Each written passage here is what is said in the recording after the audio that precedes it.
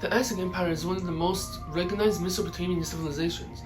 It held power in the Valley of Mexico, which is in central Mexico, and lasted between 1428 and 1521. Today we'll be talking about the relations between the Aztecs and their neighbors. This will be a dive into the Mesoamerican world before European colonization. And this video will be divided into different sections depending on different neighboring tribes. Let's start with the Aztecs' major rival, the Tarascan Empire. They also go by the Perpetua. Their capital was Townsend, and they were west of the Aztecs. The Aztecs feared them so much they had to make special relations with the Perpetua. And in the 15th century, the Aztecs had trouble fully subduing this nation and the Tlaxcalans. So in an effort to not devastate their war effort on this front and risk a rebellion, the Aztecs had to choose a more friendly form of tribute. The Aztec-controlled part of the border would have been stationed with Aztec soldiers inside their territory and give gifts to the capital to show their submission.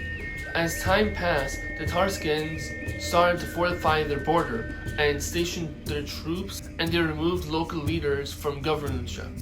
This is extremely rare to do in pre-Columbian America, and this caused the Aztecs to do the same thing to protect their side of the border. During the reign of King Xcayatl, he decided to wage a war with the Tarascan Empire in order to gain more captives for his new Stone of the Sun. They began the war by invading through the north and south of the nation, and this was in between the years 1476 and 1478.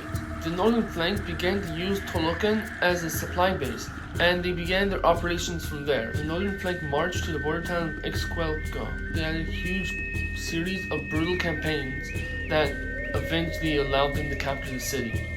With 6,000 killed and 11,000 captured, the campaign was so difficult, King Axayacatl killed the town's monarch, which was unprecedented at the time. A year after that, he grew a new army of 24,000 to march into Tarascan territory. Once the Tarascans heard about this invasion, they mustered their own army of 40,000 to combat the Aztecs. King Tangangston I was the leader of the army at the time. As King Axayacatl heard about the news from his spies, he was quite surprised. At this point, his army had settled the town of Matlazinco, as his army had already reached Tolcan from the capital of Tenochtitlan to the present location. King Axayacatl called for a war council to regroup from his past news. His speech went as follows.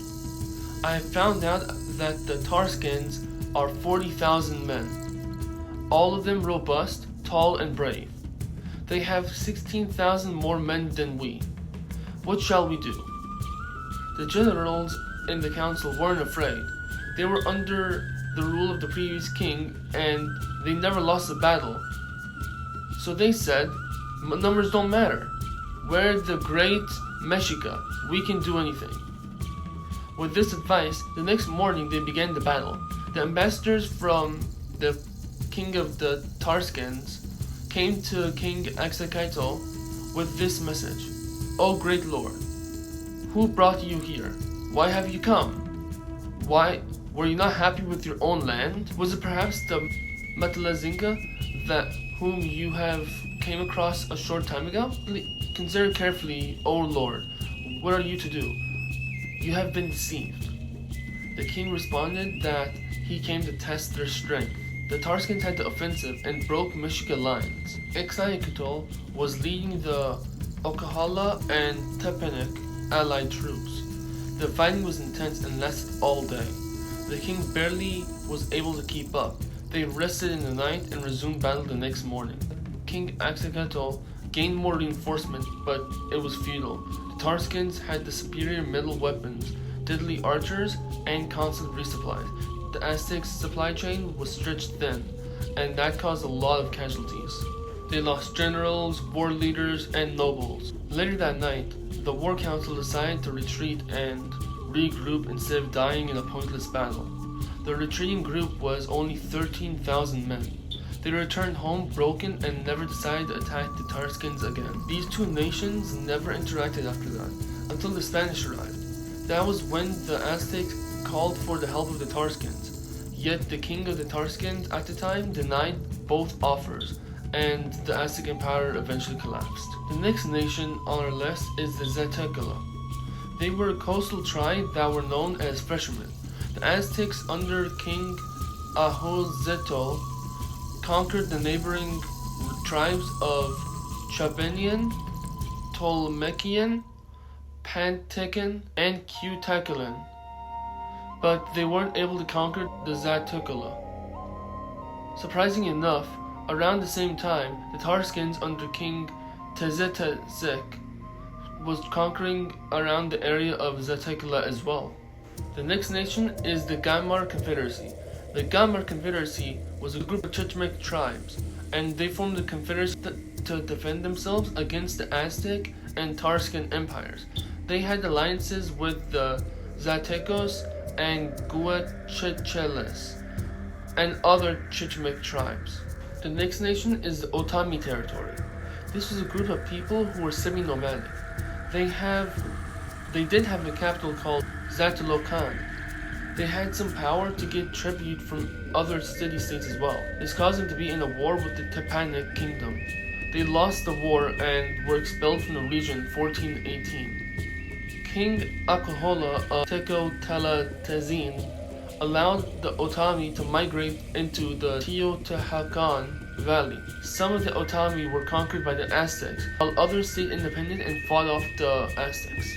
Now we're heading to the tribe of Metzitlan. After the death of King Axcayatl, his brother Tezok became the new emperor of the Aztecs. His first decision was to make war with the small nation of Metzitlan. It was supposed to be a very easy battle. However, because it was an extremely mountainous area and coupled with the high resistance, it caused them to lose the battle, and they only captured 40 prisoners and lost the area. Now we're going to the tribe of Huasteca. They were a small tribe that kept their sovereignty from the Aztecs. They could be related to the Mixteclan. That's all I could find about them. Then there's the Tutolpec, and they were a small group independent from the Otomi, but they were Otomi. They're considered Eastern Otomi. That's all I could find about these people as well. They did keep their independence. Then the Pamas were also a semi-nomadic people, part of the Otomis. They were known as the Ziozi, and they were also known to be their own distinct group as well. The Chichimejonas. These were a group of people that are descendants of the Pamas and their own different group. Apparently they're under the group of the Chichime, and that's all I can find about them as well. And now we're heading to the Chela. They are also known as Senora Huesta de Chela, or just the Huesta. I couldn't really find much about this subgroup of the Huesta, so we'll talk about the greater Huesta tribe. In the 1450s, Montezuma I planned a war against the Huesta over the murder of an Aztec merchant. This was aided by the fact that he just recently conquered several border towns, and this was an easy battle for the Aztecs. They got much more control over the exotic items through the trade route. However, the subtribe of Chela was smaller, and apparently they stayed independent from the Aztecs. The next tribe is the Tamohi. The only thing I could find about this tribe was that they used to be the capital of the Huesta culture in the ancient past. Apparently they were related to the Maya and resisted the Aztecs and were great agriculturalists. Now we're heading to the Yopico kingdom. The Yopico kingdom, otherwise known as the Tlapanic nation, was a very successful kingdom that resisted the Aztecs.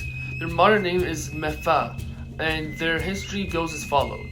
They were one tribe that settled amongst two areas, Costa Chica and La Montana. The tribe split, and one of them settled in the north, which was called the Tlapa, and the others settled in the south, called the Yopis. And once they came into contact with the Aztecs in 1486, the Tlapa were conquered and their city was burned, while the Yopis kept up their fight with the Aztecs until the Spanish arrived. This was the information I got from this tribe. Now we're heading to the second major rival of the Aztecs, the Tlaxcala Confederacy. Tlaxcala has a huge history with the Aztecs. They're also a Nahuatl-speaking tribe related to the Aztecs. In their earliest part of the history, they were allies with the Aztecs fighting the Tarascan Empire. This was around the year 1458. This battle began in the Coxtlahoca Valley. First came the scouts, then the army, then fighting the generals. This battle was the Aztecs and their allies versus the Mixtecs and theirs. The Aztecs broke through the ranks, to which the Mixtecs and their allies retreated towards the city. They set fire to the pyramids and killed the warriors, and pillaged the town. A year later, the Aztecs began battle with the Tlaxcala Confederacy. As the Aztecs conquered, the Tlaxcala were increasingly surrounded and cut off from textiles and other goods. During the Flower Wars, the Aztecs started to conquer different lands at a very fast pace. The Flower Wars were a secret tradition started from the Tlaxcala state, but during Montezuma's reign, he ended the tradition and replaced it with the Era Wars. In 1504, he declared war on the Tlaxcala again, and it lasted until the Spanish invasion in 1519. The war began with Montezuma sending his army to conquer Tlaxcala, but it was destroyed. Then he sent another larger army of 100,000 men, and Montezuma found out his allies changed sides. Zico, Cholocan, and Huasteca. His army still followed the old rules of the Flowery Wars, and this was war duels of 200 men each. Ironically, no one took prisoners at this time. Also, the Aztecs got reinforcement from Tlacopan. The Tlacopan crushed the Huasteca. As Montezuma's brother, Tlacopan, fought Huasteca, he became exhausted and was captured as a prisoner, but eventually he just got killed. With Montezuma's brother dead, the rest of the army was defeated, and the Huasteca were victorious, and the Aztecs returned home with 82,000 dead. In the year 1515, Tlaxcala and Huasteca were at war with each other. The Tlaxcala were far stronger. This made the Huasteca flee as refugees of the Aztecs. Montezuma retried attacking the Tlaxcala, but lost again. He was so frustrated he didn't want to give any recognition to any of the generals. Their reward was to be publicly shamed and to not wear cotton nor sandals, and their hair to be shaven. This as well as not being able to enter the royal palace for a year. However, the best Tlaxcalan general was captured. He was offered a position in the Aztec army and to fight against Tarascans. Yet he declined and chose to die as a gladiator in the arena. They continued on and off wars with each other until the Spanish arrived and Tlaxcalans joined the Spanish army, and the rest is history. Next, we're heading to the nation of Huasteca. This nation was highly connected with the nation of Tlaxcala. They also joined the fight against the Tarascan Empire after negotiations with Aztec king Huasteca. They worked together and they defeated the Tarascan Empire. They sieged the city of Tarascan for 114 days and killed the general Maztel, and they ended the empire from there. During Montezuma's reign, he tried to rekindle the relationship of the Huasteca, Tlaxcala, and Chalaca as a huge alliance. After Chalaca murdered the ambassador of the Aztecs, they went to the Huasteca so then they can make an alliance against the Aztecs. However, the Huasteca denied this request and sent them back. When Montezuma arrived to the palace of the Huasteca, the first group gave splendid gifts, while the second group gave terrible gifts. This was an insult. The king planned on sacrificing this group for such a terrible gift. Once Montezuma explained their situation with the Tarascan, the king let the imprisoned ambassadors go and killed the Tarascan ambassadors with obsidian knives. Once it was King Tlaxcala's rule, He gave the idea to start a flowery war with the Huasteca, Tlaxcala, and Licon. And when King Tlaxcala became the ruler of the Aztecs, he won the flowery wars against the Huasteca. During the Aztec Civil War, Huasteca wanted to gain allies, so he tried to talk to the Huasteca and other nations, but all three of them refused. Once the death of King Tlaxcala was announced, kings of Huasteca, Licon, Tlaxcala paid their respects, giving somewhat of a good standing tone between the enemies for a brief time. After this, the Aztec rekindled a war against the Huasteca and the others in the region. King of Huasteca and the others of the region dressed up as Aztec civilians so they won't get any attention, as they were invited to the ceremony of King Huasteca. They saw huge amounts of human sacrifice for the ceremony, as the tradition of the flowery wars was shifted to the arrow wars, as I discussed in the Tlaxcala section. Now for the Chola. The Chola tribe has a huge and extensive ancient history, but for the scope of this video, their interaction with the Aztec mirrored the Huasteca. Next is the tribe of Teotihuacan. This is a tribe that researchers have no information about. As stated is by the Codex Mendoza, and this was one of the tribes that were in the Oaxaca region and kept their sovereignty from the Aztecs. To the Elozachalan, the only information I found about them was that they're related to the Tenochtitlan and have a distinct dialect of Aztec. They also were independent from the Aztecs. Now to the Zolquitlan. This tribe is related to Tenochtitlan, yet I couldn't find anything about this tribe at all, except that they're independent from the Aztecs. Heading to the Tutupec kingdom, the Tutupec was another large nation that successfully held back the Aztecs. They were a huge tributary state, like the Aztecs, but they're part of the Mixtec culture. Once both nations expanded over each other's sphere of influence, they began initiating proxy wars, and it was not clear if both powers ever held direct competition. Heading to the Coatzacoalcos, I couldn't really find anything about this tribe. It says at some point they were conquered by the Aztecs, but not completely subjugated, and the Spanish used this place as a starting position for their conquest of the Aztecs. Possibly this nation was just a location for the Nahuas tribe, but I couldn't find anything for certain. Heading to the Mixe, they're a tribe closely related to the Zocuan. They call themselves Ayuca. They also had some interactions with the Aztecs, especially in war. The Mixe were a warrior kingdom, and they attacked the Maya and Aztecs, and in turn they were attacked by their allies. At the end, they were just a subject of a tributary status by the Tehuantepec. Heading to the Zocuan, they are a tribe that call themselves Odebut, and they're related to the Mixe, and that's all I could find about this tribe. Now we're heading to the Zachala Otapetec. They're also called the Ethemis Zapotec. They're known for their own nation, yet they're conquered by the Aztecs and rebelled. This caused the enclave of Xochotl. Montezuma began his march south of the Aztecs. He began his journey from Oaxaca, then marched south towards the Tepenec. This is in 1458 in the autumn period.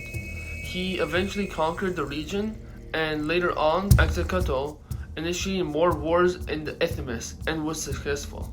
Now heading to the Cholo people, they were considered a very powerful Mayan tribe before the Aztecs. However, they slowly became a regional power towards the end of their rule, and this was during the height of the Aztec Empire.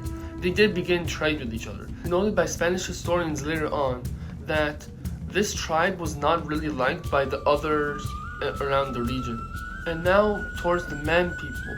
The Man people were a Mayan tribe that had extreme contact with the Aztecs. They had multiple wars with each other. They also had multiple wars with their more powerful neighbors, especially with the Quiche tribe.